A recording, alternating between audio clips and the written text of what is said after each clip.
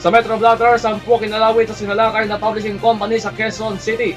Kalaboso ang 10 lalaki ng pasukin at sakupin ang compound ng isang publishing house sa G. Araneta Avenue sa Quezon City itong Lunes ng gabi, Marso 9. Sa ulitan DCHM 792 Internet Radio yan sa Metro Manila, alas 4 ng hapon nang biglang pasukin ng mga hindi pa nakikilalang lalaki ang isang publishing house at pilit na pinalabas ang mga empleyado.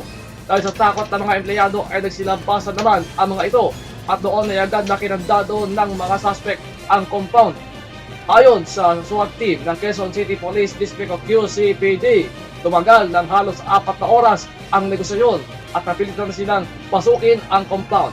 Nang tumangging sumuko ang mga suspect, sinabi ni Police Lieutenant Colonel Jose Luis Aguirre, hepe ng Laloma Police Station, nagugat ang standoff na tanggalin naman sa Board of Directors ng kumpanya ang isa sa magkakapatid.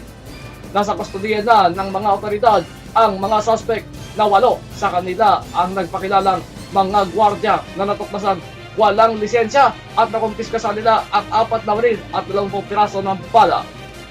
Posibleng maharap sa mga kasong trespassing, usurpation of authority at paglabag sa Comprehensive Firearms and Ammunition Regulation Act para sa 4 na mga nahulihan na baril na mga suspect.